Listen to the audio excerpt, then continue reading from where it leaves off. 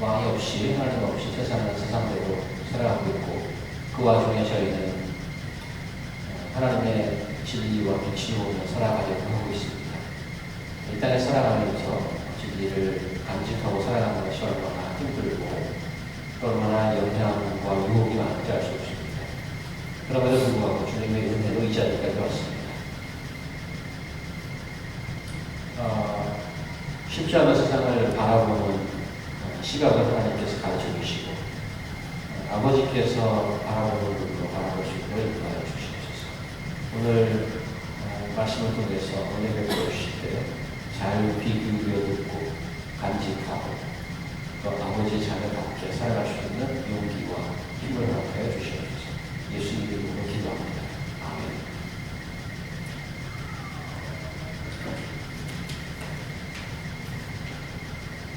오늘 여러분 발각지 않은 퍼레이드가 뉴욕에 있는데 미리 좀 홍보해드리고 준비하지 못한 거를 좀 사과를 드립니다. 교회에서 좀 미리 알려드렸으면 오늘 좀 괜찮을 텐데 아마 좌우 길이 아마 막혔을 거예요. 그래서 미리 준비하지 않으면 교회에서 좀 가까이 있는 분들 외에는 찾기가 어렵지 않았을까 생각이 들고요. 안타까운 마음.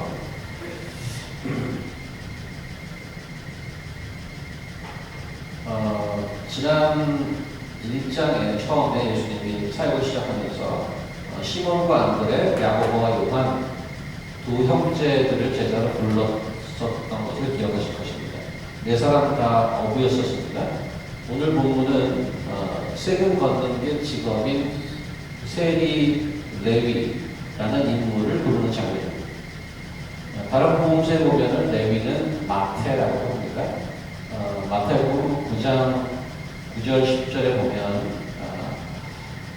오늘 이게 지금 잘 준비가 안 돼서 기억하고 찾아보시기 바랍니다. 마태가 레위입니다. 당시에는 닉네임 같은 것들이 많이 있습니다. 베드로도 원래 이름이 뭐죠? 베드로? 시몬이죠. 사이먼, 시몬 베드로. 오늘 13절 보시면 제가 읽어볼게요. 다시. 예수께서 다시 바닷가에 나가시며 큰 무리가 나오거늘 예수께서 그들을 가르치시니라. 예수님은 사무실이나 교회를 얻어서 광고 내고 사람들을 불러 모으지 않았습니다. 늘 자신이 움직이면서 활동하셨죠. 스스로 다니면서 말씀을 전했습니다. 특별히 대중들을 향해서 가르치는 teaching and preaching을 가장 중요하게 여겼습니다. 예수께서 가르치셨던 복음은 특수 계층들을 위한 비밀스러운 메시지가 아닙니다. 누구나 듣고 믿고 따라야 할 public truth, 진리입니다.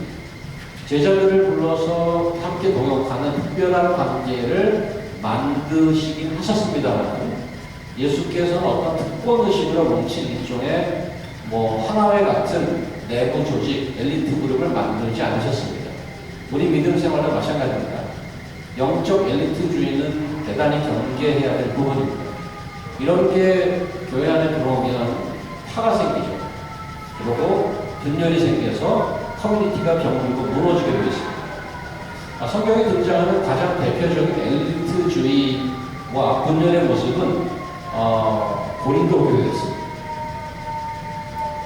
가장 많은 영적 은사를 자랑하고 가장 화려한 스펙을 소유했던 자들이었지만 아이러니하게 문제가 가장 많았던 그런 교회였습니다.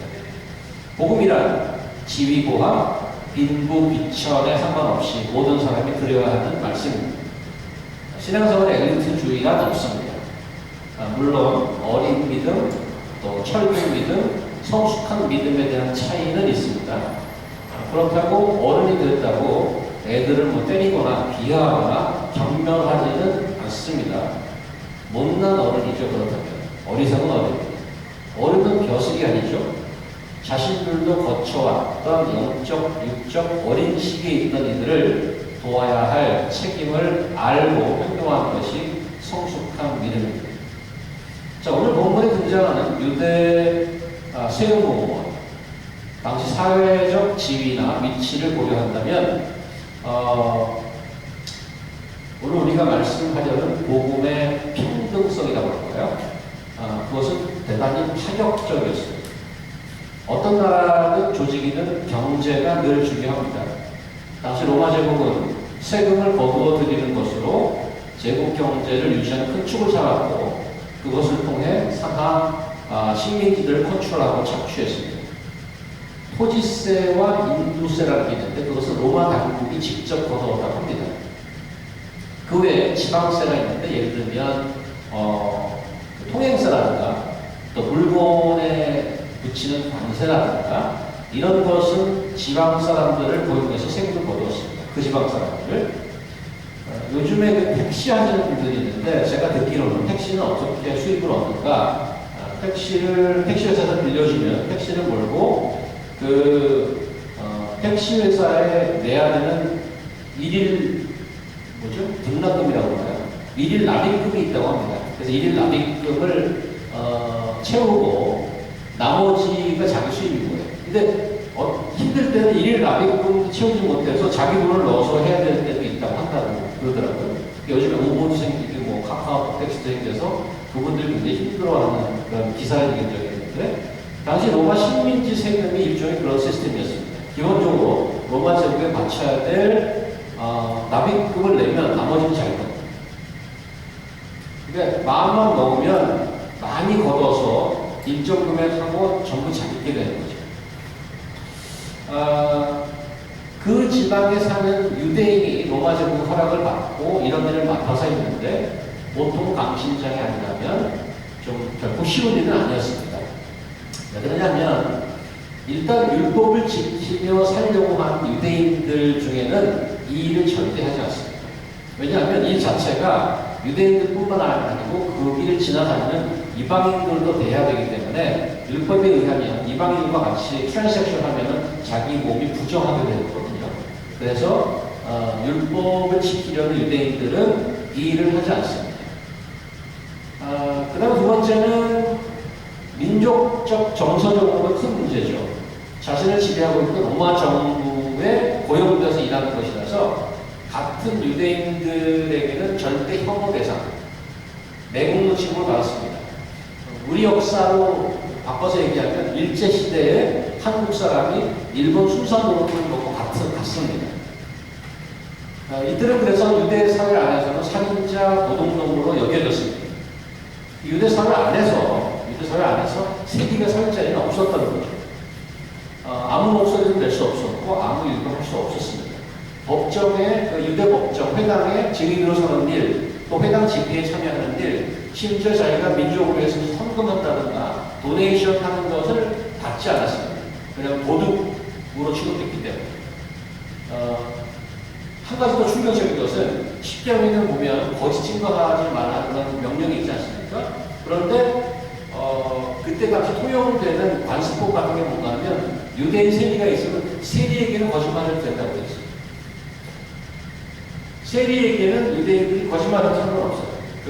벌이 없어요. 간단하게 말하면 그 당시 유대인 세리는 사람 취급을 받지 못한 겁니다. 유대 그 사회 안에서는. 15절 보면 세리와 죄인들이 같이 묶여져 있는데 세리가 죄인과 동의합니다. 나쁜 사람들이라는 얘기죠. 그 속 사정을 알 필요 없지만 이렇게 사회적으로 매장당할 정도의 포지션임에도 불구하고 그 일을 맡아서 하던 자가 레위였습니다. 이런 사회 분위기 속에서도 유대 세리들이 그런 일을 하면서 살 수 있었다는 것은 사실은 지배 세력인 로마 제국의 힘이 굉장히 컸고 영향력이 있었다는 것을 반증하기도 합니다. 그렇지 않으면 로컬 세력들이 활동을 못하겠죠. 워낙 위에서 딱 잡고 있기 때문에 세금을 걷고 살아가는 것입니다. 그러니까 이런 지배 세력의 힘을 등에 업고 자국민에게 세금을 가르치며 살던 이들에 대한 증오와 경멸이 어땠을까? 충분히 짐작하고도 나는 믿습니다. 우리는 지금 한일 독립이 1945년이니까 지금 얼마나 지났나요? 시간적으로 70년 된 건가요? 70년 넘었네요. 아직도 그 친일에 관한 그런 감정이 남아있습니다. 심지어 우리 같은 세대, 6.25 이후의 세대임에도 불구하고 그런 역사가 멀지 않기 때문에 그런 감정이 남아있어요. 그리고 그 당시에 세리에 대한 유대인들의 감정이 어떻는지를 짐작합니다. 14절 예수께서는 이런 이사에게 나를 따르라 했거든요. 또 지나가시다가 알페오의 아들 레위가 세관에 앉아있는 것을 보시고 그에게 이르시되 나를 따르라. 근무 중에 있었어요. 뭐 퇴근 후에가 아니고 거기 앉아있었어요. 나를 따르라 follow me 했습니다. 세리 마태의 집에 가서 함께 식사도 하셨습니다. 심지어 예수님의 식사 자리에 레위의 세리 동료들, 친구들이 가득 모였습니다. 유대사회 안에서 사람 취급받지 못하고 비난과 지탄의 대상이었던 자들과 함께 식사하신 거예요. 예수께서는 이제 막 대중 앞에 나서서 공익으로 활동을 시작하는 마당 아닙니까? 근데 오늘 본문 같은 것은 상당히 위험하고 무모하고 파격적인 행보라고 얘기할 수 있습니다. 문둥병자에게 우리 지난번 보셨습니다. 문둥병자에게 죄사함을 선포하고 중풍병자에게 죄사함을 선포하고 문둥병자를 손으로 대고 세리와 죄인들 사이에서 식사를 하고 사회적 통념을 깨고 종교적 금기를 넘나들죠. 그로 인해서 신성모독이라는 소리를 들으시고 율법에 명시된 위험수위를 마다하고 민족을 배반한 파렴치들 속으로 들어갑니다. 예수는 도대체 어떤 사람인가? 이런 의문이 들지 않을 수 없습니다. 그가 만약 신의 아들이라면 어떤 생각을 가지신 분인가? 지금도 사실 그렇지만 예수님 시대에 노아와 같이 식사한다는 것은 단순히 밥 먹는 것 이상이었었고, 우리도 사실 그렇습니다. 요즘에 뭐 아무나 밥 먹지 않잖아요. 시간을 내서 누가 밥을 먹으면 거기에 담겨있는 의미가 있는 것입니다. 그 사람을 같이 인정하고 그 more than friendship. 저도 뉴저지에 계신 어떤 분에게 연락해서 식사를 하자고 그러는데 잘 연락도 안 하고 반응도 잘 안 하고 그때 이제 마음에 상처가 있죠. 이 사람이 나를 모르는 생각합니다. 그런 사람 오랜만에 보고 되게 오시기도 하고 그러셨단 말이죠. 그 식사 자리에 레위만 있는 것도 아니었습니다. 그의 세리 친구들, 죄인들이 다 함께 모였습니다. 유대사회에서 사람 취급하지 못하고 경멸의 증오의 대상인 클라스와 섞여서 같이 밥을 먹는다는 보통 일이 아니죠. 대중 앞에 활동을 시작하면서 예수께서는 많은 자들에게 금세 주목을 받았습니다. 권위 있는 가르침 때문에 사람들이 놀랬죠. 이거 도저히 들어보지 못하는 가르침이다. 단 한마디로 귀신을 쫓아고 보내는 것을 보고 또 놀랐습니다. 영적 파워, 또 문둥병자를 고치고 중풍병자를 일으키고 보통 인간으로서 할 수 없는 일들을 계속 하시면서 그에 대한 소문은 삽시간에 퍼졌죠. 유대사회를 이끌고 있던 지도자들도 그의 행동에 예의주시하지 않을 수 없었습니다. 문제는 그들 사회 속에 통용되던 프레임 안에 예수가 그 안에 들어있지 않다는 거죠. 그들이 정해놓은 선을 넘나들고 그러기에 그 마음이 불편했습니다. 부딪히기 시작하죠. 그래서 지난 2장 7절에 보면 중풍병자에게 내 죄상을 받았느니라 그렇게 얘기했더니 서기관들이 이 사람이 어찌 얘기하는가 하고 바로 반응이 옵니다. 오늘 본문의 2장 16절에 바리새인들 서기관들이 어찌하여 세리 죄인들과 함께 먹는가 바로 반응이 옵니다. 다음 주에 보실 안식일에 관한 논쟁에서 바리새인들이 저들이 어찌하여 안식일에 하지 못하게 하나인가 바로 질문이 나오는 거죠. 그래서 이러한 반응을 나온 그룹은 딱 한 그룹 바리새인과 서기관들입니다. 오늘 등장하는 이 바리새인 서기관들과 세리들을 비교하자면 비교조차가 안 되죠. 당시 사회적 위치나 인정받는 부분도. 근데 오늘 본문은 다른 시각에서 이들에 대한 차이를 우리에게 보여주고 있다는 거죠. 그 차이를 보려고 하는데 이 차이란 예수를 중심으로 해서 나타나는데 그 차이가 뭔가 하면 예수를 따르는 자리에 서 있는가 아니면 자기 자리에 서 있는가의 차이입니다. 다시 오늘 세리와 바리새인들과의 차이는 예수를 따르는 자인가 아니면 자기 자리에 서 있는가의 차이라는 거죠. 14절에 예수께서 레위를 부르셨어요. 나를 따르라. 텍스트보드에 있던 레위가 일어나서 그를 따랐습니다. 14절에 이렇게 나와 있잖아요. 나를 따르라 하시니 일어나 따르니라. 일어나 따르니라. 15절에 보면 그의 친구들이 많이 모였습니다. 단순히 식사로 온 게 아닙니다. 15절 마지막에 보면 이렇게 나와 있죠. 그의 아침에 잡수시는데 많은 세리와 죄인들이 예수와 그의 제자들을 함께 찾았으니, 함께 앉았으니, 이는 그러한 사람들이 많이 있어서 예수를 어떻게 하리라? 예수를 따르리라 이렇게 반면 예수께 의심의 질문을 던진 바리새인들은 예수께서 가르치고 고치고 만져주는 장면에 놀랍게도 늘 등장합니다. 그분들이 늘 등장하는 같이 등장하는데 결코 예수를 따랐다는 기록은 없습니다. 그냥 먼 발치에 서 있었습니다. 성경에 예수를 두고 중립은 없습니다. 그를 따르거나 아니면 그를 평가하거나 정죄하거나 두 가지 중에 하나. 이것이 근본적인 차이죠. 바리새인들의 프레임은 율법입니다. 근데 율법이 하나님이 주셨잖아요. 율법도 하나님이 주신 그 목적이 있습니다. 그러나 그 목적이라기보다는 율법을 놓고 유대 장로나 바리새인들이 해석하는 해석의 프레임이 있습니다. 그것이 이들이 어서 오세요. 파주에서 오늘 같은 날을 다 뚫고 오신 영나자님을 환영합니다. 주인으로 환영합니다.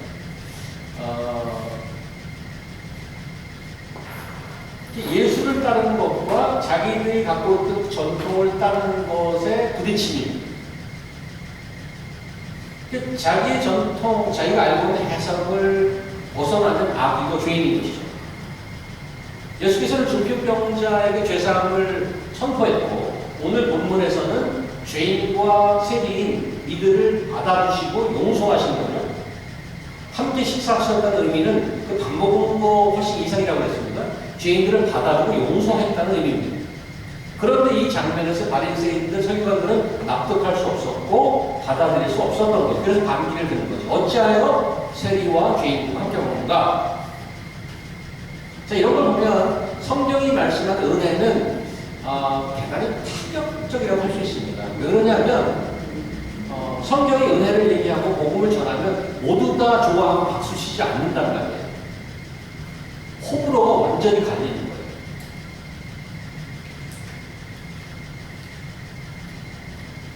유대 사회의 실제적인 지배구조였던 당시 율법 학자들, 바리새인들, 장로들의 전통은 그 전통이 하는 펑션이 뭔가 하면 선을 긋고 벽을 쌓는 것입니다. 말은 워낙 달라요.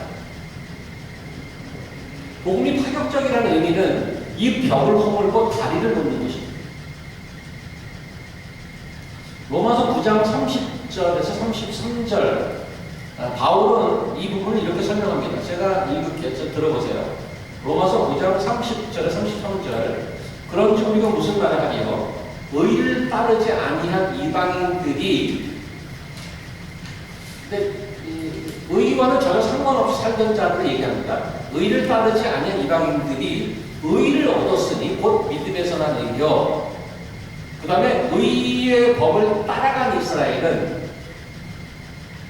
의롭게 살자고 애쓰는 이스라엘입니다. 율법에 이르지 못하였으니 그것을 따라간다고 살았는데 율법에 이르지 못했대요. 왜 그러냐? 어찌 그러하냐? 이는 그들이 믿음을 의지하지 않고 행위를 의지합니다. 부딪힐 돌에 부딪혔느니라. 기록된 바 뭐라? 내가 걸림 떨고 거치는 바위를 시온에 두노니 그를 믿는 자는 부끄러움을 당치 아니하리라 한 것 같으니라. 두 부류를 비교합니다. 전혀 의와 상관없이 살던 바리새인들 이방인들과 늘 율법에 따라 산다고 믿고 철석같이 믿고 있던 이스라엘을 비교합니다. 그런 정말 의로운 자는 믿음으로 따르려고 하는 이방인들이라고 이방인의 손을 들어준단 말이죠.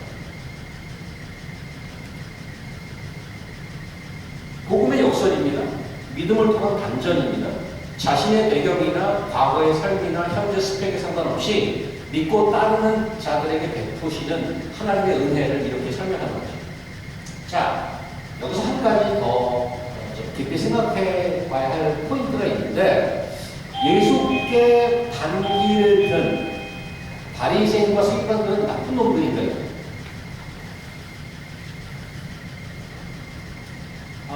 나름대로 생각이 있는 배운 사람들이에요. 근데 왜 그렇게 예수를 싫어할까? 예수께서 하신 것은 통념적으로 정말 미움을 살 만한, 우리가 친일파들을 싫어하듯이 당시 세대를 엄청나게 싫어했어요. 그런데 욕먹어 싸죠. 왜냐하면 로마 제국에서 너 이리 와, 너 세리에 이르지 않았어요. 어서 오세요.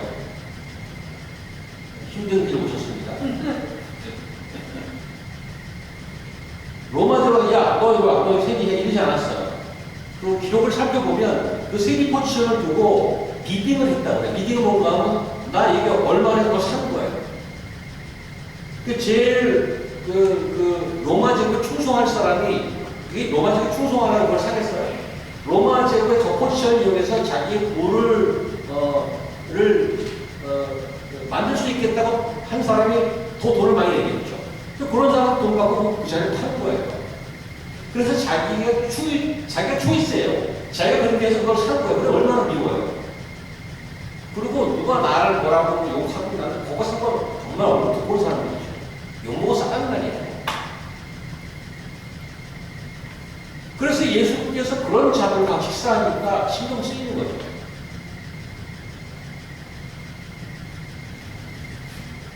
근데 이 부분을 생각해 보죠. 왜 그렇게 저렇게 싫어할까? 싫어할 만해요. 근데 그들과 밥 먹는 거 싫어했을까? 자, 이 부분이 이렇게 제가 말씀드려 보겠습니다. 예수께서 세리들과 식사할 때 조건을 걸었을까? 이런 거죠. 야, 너희 이제 세리 그만두고 회개하고 온전한 삶을 산다고 결심해라. 그래야 내가 너희 집에 가서 밥 먹을 수 있어. 너희 친구도 오고 싶으면 불러. 그런데 그런 고백을 하는 사람만 불러. 이렇게 하시는 것이 이 본문만 녹아들어 있는 걸까요? 만약에 그들이 그런 고백을 하고 그런 변화를 보인다면 정말 좋은 거죠. 할렐루야, 아멘이죠. 예수님도 기뻐하실 것입니다.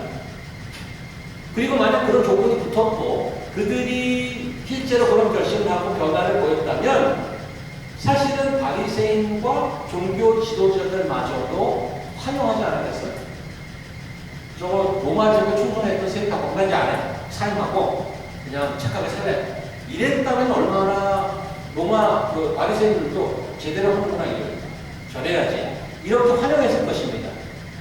그런데 예수께서 이런 클래스의 사람들을 대할 때마다 바리새인들, 서기관들 늘 반대했죠. 왜 반대했을까? 이런 결론을 이제 도출할 수 있는데, 예수님의 사역이, 예수님이 그들을 만날 때 하시는 모든 말과 행동과 일이 당시 지도자들, 바리새인과 서기관들이 수긍할 만한 죄인들의 변화와 회개를 전제 조건으로 삼지 않았다는 거죠. 그게 싫은 거예요.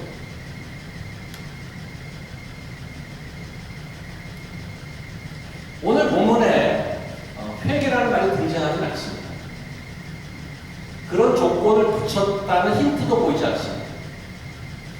회개는 누가복음이나 사도행전에 상당히 많이 나옵니다. 둘 다 누가가 신 거예요. 거기에 비해서 마가복음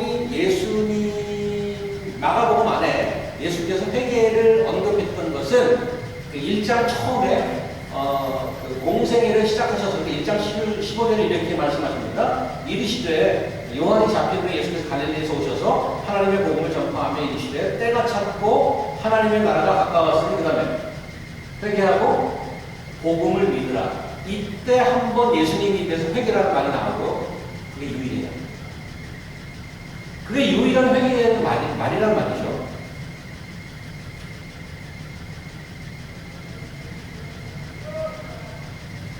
그렇다면 회개하라는 말을 안 했다고 해서 막 살아도 되는 건가? 이런 질문도 나온단 말이에요. 물론 그런 결론도 굉장히 어리석은 결론. 회개하지 말라고 했다고 나는 막 살아도 된다. 이런 건 아니라는 거죠. 그러면 예수께서 도대체 어떤 생각을 가지고 계시는 것일까? 오늘 본문에서 우리가 발견하는 놀라운 점 중에 하나는 예수께서 레위를 부르고 세리들과 식사하면서 어떤 회개나 변화의 조건도 붙이지 않았더라 하는 것입니다. 누가복음 19장 한번 찾아 읽어주시겠어요? 권사님 혹시 성경 있으신가요? 안 갖고 오셨어요? 누가 찾아보세요. 19장, 누가복음 19장. 민설명제 누가복음 19장 1절에서 10절입니다. 여러분 잘 아는 구절인데 천천히 좀 좋은 목소리로 읽어주세요. 누가복음 19장 1절에서 10절. 잘 들어보세요. 예수님께서는 여리고에 들어가 거리를 지나시는 중이었습니다. 여리고에 있는 삭개오라는 사람이 있었습니다. 그는 세리장이었고 부자였습니다. 삭개오는 예수님이 어떤 분인지 보려고 하였으나 사람들 때문에 볼 수 없었습니다. 그는 피가 나갔던 것입니다. 그는 예수님을 보려고 앞서 달려와서 콩나무에 올라갔습니다.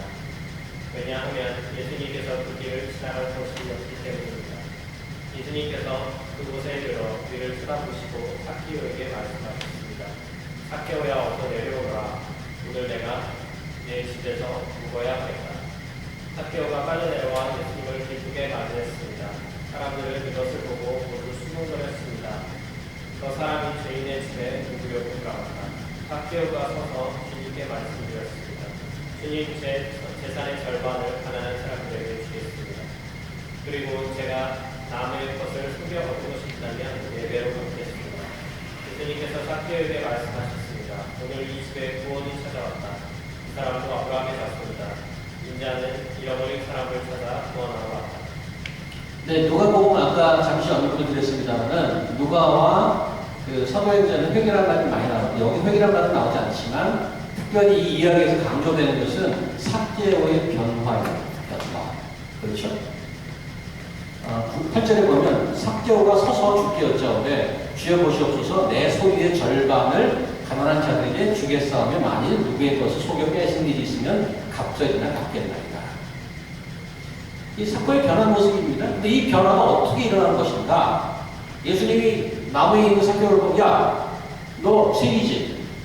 너 이제 동족 그만 착취하고 제대로 살면 너희 집에 가서 내가 식사 한번 해줄게. 이러셨나요?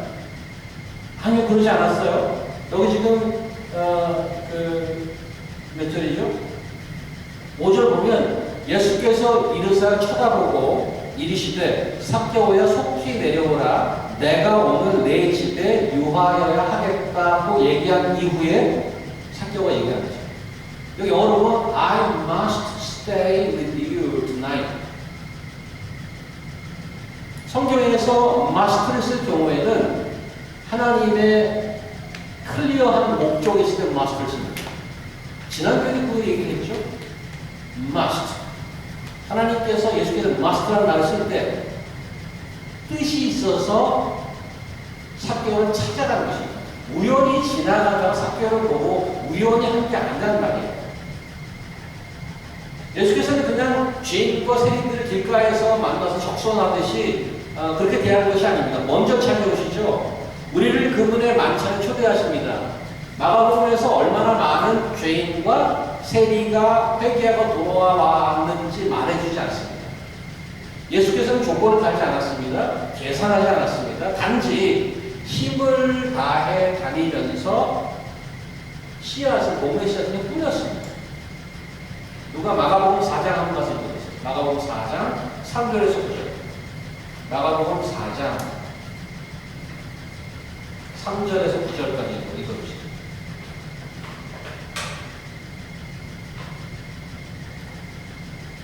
농가장 찾으셨어요? 못 찾았어요? 선진자님?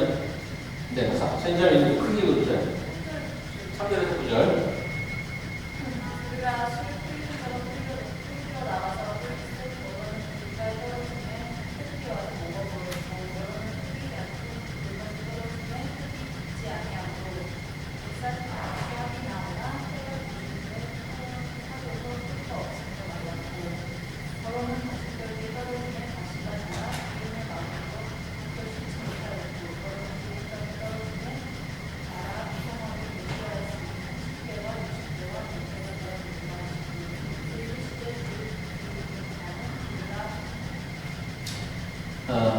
우리가 잘 아는 씨 뿌리는 비유입니다. 길바닥에 뿌리는 것 있고, 그 다음에 돌짝밭에 뿌리는 게 있고, 그 다음에 가시나무에 뿌리는 게 있고, 나머지 좋은 땅에 뿌려진 게 있습니다. 이게 이 네 가지에 뿌려진 곳을 그냥 균등하게 나눈다면, 그 씨앗이 뿌려져서 열매를 맺는 확률이 25%인 거예요. 그죠? 네 번째 것만 그렇게 되거든요. 이 말씀을 보면 이런 생각이 드는 거예요. 씨 뿌리는 거 굉장히 비효율적으로 뿌린다. 농부가 생각 없이 뿌린다. 이거 아니, 좋은 땅에만 뿌리면 좋잖아. 왜 다 남게 하냐고. 그런 생각 안 했어요. 나중에 제자들에게 그 씨 뿌리는 비유에 대해서 설명하죠. 그 씨는 뭐냐면 복음의 말씀이라고 얘기하십니다. 막 뿌리는 거예요. 막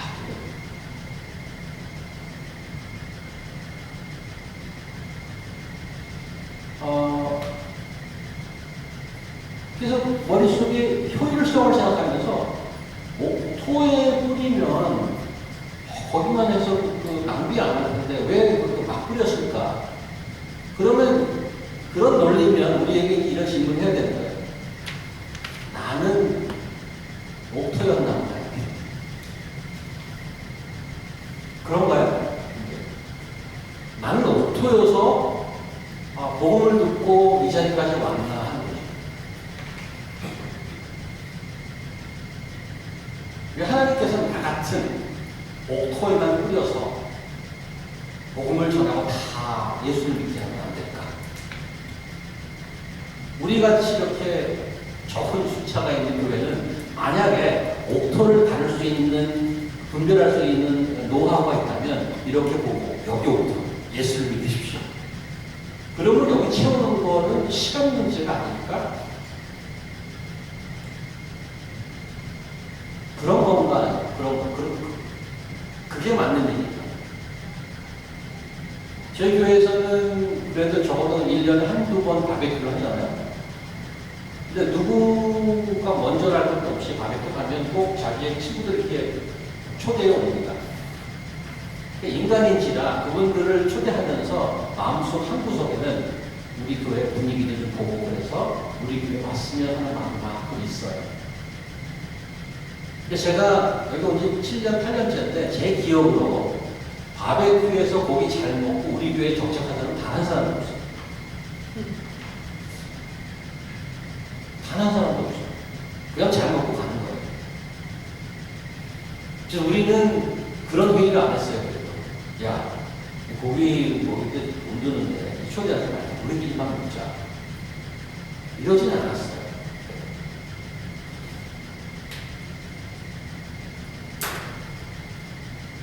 예수께서 우리에게 다가오시는 방법은 계산하지 않고 먼저 손 내미시는 거였다는 거죠. 그 내 모습 이대로 받아주시옵소서. 다 받아주셨어요. 예수님께 중요한 것은 내가 어떤 룰과 어떤 법을 따라가고 있느냐가 아니었습니다. 그분이 원하시는 것은 그를 따라오겠느냐의 문제였습니다. Following him as the Lord and Savior is what matters the most. 예수님 그분을 따르는 것이 이 세상 어떤 것보다도 더 중요하고 필요한 일이라고 성경은 말씀하는 거죠. 그분을 따르다 보면 변화가 생기는 거예요. 오늘 예수님이 만나준 세리와 그 친구들이 변화했는지 알 수 없어요. Maybe 오늘 모인 걸 보면 사실은 사회적으로 이렇게 지탄받고 욕먹고 이런 사람들은 사회적으로 자리가 없기 때문에 자기들끼리는 모임이 있었을 거라고 짐작해요. 아무도 친구가 해주지 않는데 자기들끼리 모이는 세리끼리. 오늘도 그 중에 한 모임이었는지 모르겠어요. 근데 오늘 모임의 가장 근본적인 차이는 그 자리에 예수가 계셨다는 거죠. 지금 것과 비슷한 모임이었을 수도 있어요. 자기들끼리 모였어요. 한 달에 한 번씩 우리 한번 친교 모임이나 하자. 다른 사람들 뭐 신경 쓰자. 우리 돈 많이 벌었으니까. 돌아가면서 우리 고기 한 번씩 내고. 근데 이전까지의 모임과 다른 것은 그 자리에 예수께서 계셨다는 거죠.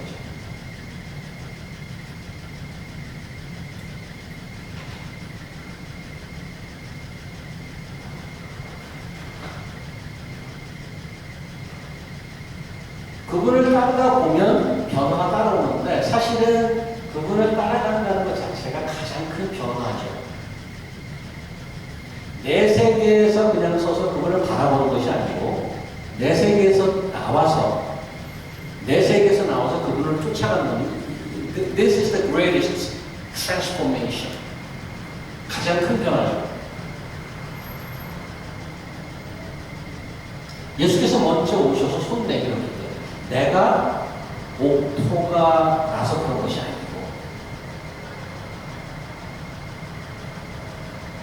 마지막 17절은 이렇게 되어 있습니다. 예수께서 들으시고 그들에게 이르시되 건강한 자에게는 의사가 쓸데없고 병든 자에게라 쓸데있느니라.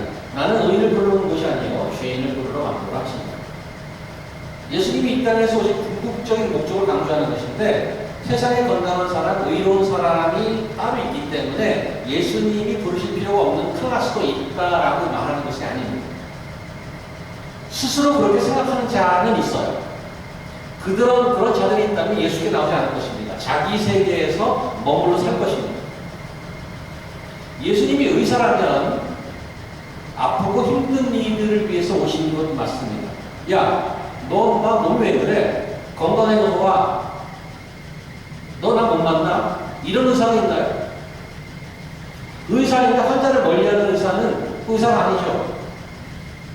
하나님의 은혜는 아프고 고통스럽고 힘겨워하는 인생을 찾아가는 것입니다. 저희가 복음을 듣고 아멘하는 것은 우리가 그렇게 인정하기 때문에 그렇습니다. 오늘 예수님이 하신 말씀 중에 16절에 먼저 서기관과 바리새인들이 거기 있는 자들의 듣기에 굉장히 프로보커티브한 듣기 싫은 말을 했죠. 왜 그러냐면 세리 및 죄인들과 함께 먹는가라고 들릴 수 있도록 얘기한 거예요. 그 자리에서. 그러면 세리들이 앉아있는데 세리는 세리니까 세리가 그랬지만 세리와 죄인이라고 얘기했어요. 그러면 그 사람 듣기에는 이는 뭐라고 그러는 거야? 그렇지않아 너 지금 기분 나쁜데 여기 와서 여기까지 와갖고 네가 나를 죄인이라고 그래? 이렇게 얘기한 거예요. 그런데 그 다음 절에 마찬가지예요. 예수께서 이들의 말을 맞다그랬어요.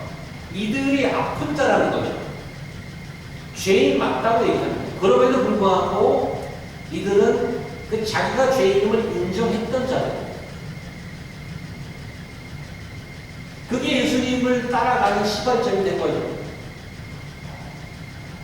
그 때문에 이 땅에서 예수께서 오셨고 여러분과 저를 초대하며 우리의 마음을 오늘도 녹화하시는 거예요. 우리가 옥토라서, 우리가 잘나서, 우리가 완벽하고 착한 모습이라서, 모범생이라서 아니요. 우리가 아프고 힘들고 고달프고 죄인이라서 찾아오셨다는 말이죠. 오늘 마태네 집에 파티가 열려 있습니다. 오늘 장면을 상상해 보십시오. 이전에도 파티가 열렸을지 몰라요. 아까 얘기했지만 다른 것은 그 자리에 가운데 예수께서 계셨고 그 제자들이 함께 계셨습니다.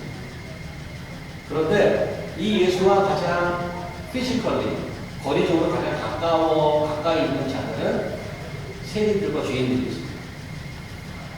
그 유대교 당시 팔레스타인의 식사 테이블은 이렇게 앉아 먹는 게 아니고 이렇게 리클라인해서 먹었어요. 여기 테이블이 있고 쭉 뻗고 이렇게 해서 여기서 이렇게 먹는 모양이었어요. 부채살 모양으로 돼 있겠죠. 그래서 죄인인 여자가 예수님의 발에 머리를 풀고 향수를 뿌렸다는 게 가능하거든요. 이렇게 쭉 늘어져 있었기 때문에. 그런 모습과 전부 죄인들과 같이 있는 거예요. 누워서. 그들이 예수를 따르는 사람입니다. 반면 당시 지도자들, 가장 권위 있고 힘이 있고 사람들을 다스리던 이들은 저 예수님과 거리를 두고 있었죠. 그게 오늘 본문 장면에서 가장 드러난 차이점입니다. 난 죄인 맞습니다. 예수님. 내가 죄인이기 때문에 예수님을 가장 가까이 있는 거예요. 왜? 예수님은 그 죄인 위에서 오셨기 때문에. 나는 의로워. 나는 괜찮아. 난 예수가 필요 없어. 그럼 예수님과 떨어져서 뒷짐을 지고 예수를 평가하는 거죠. 왜 저렇게 살지? 저 여러분과 제가 어떤 모습일까? 이 모습을 사실은 사도 바울은 멋지게 표현을 했죠.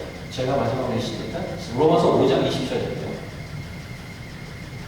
율법이 들어오는 것은 범죄를 더하게 하려 하니라. 굉장히 파라독스한 얘기죠.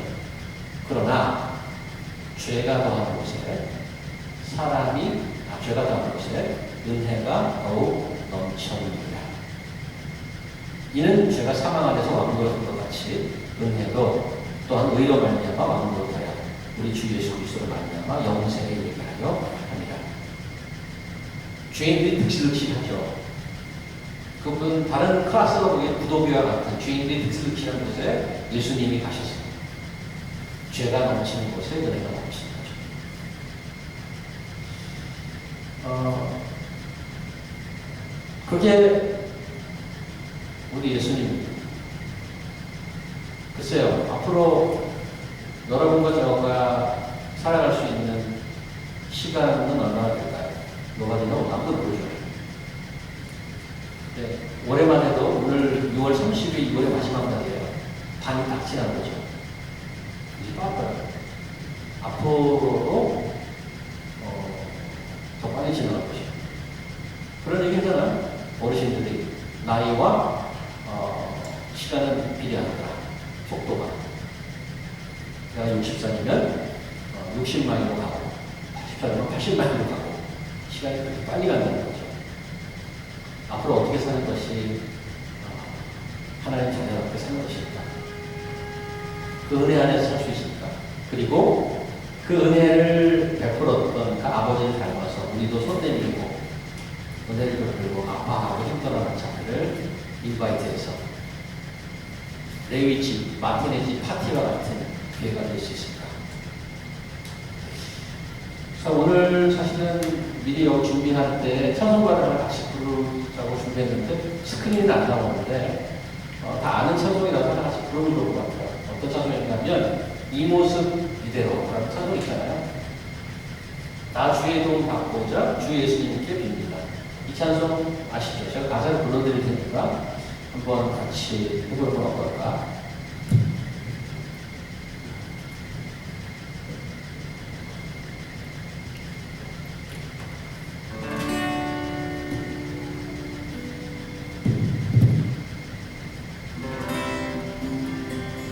나 주의 도움 받고자 주 예수님께 빕니다. 그 구원 허락하셔서 날 막아주셔서 나 주의 도움 받고자 주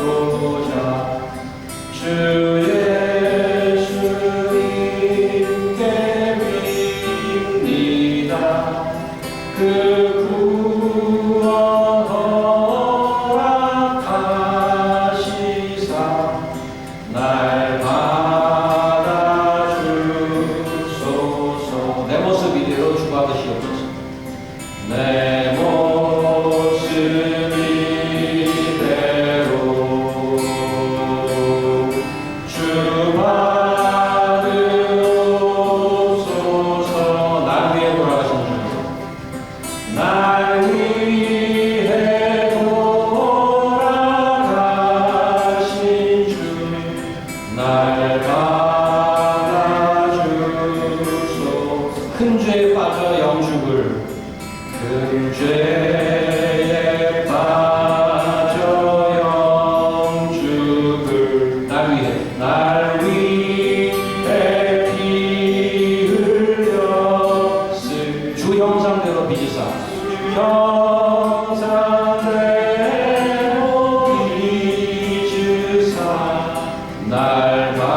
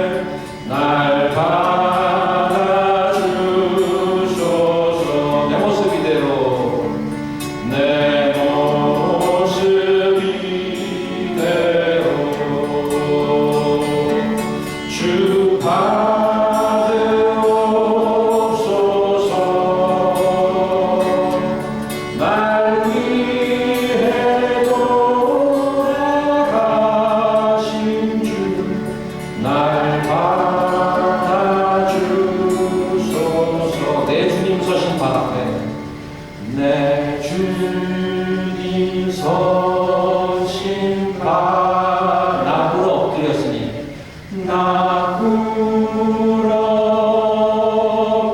엎드려 그 크신 역사 이루게 그 크신 역사 이루게 날 받으옵소서. 내 모습 이대로 내 모습 이대로 주 받아주소서. 날 위해 돌아가신 주 날 받아주소서.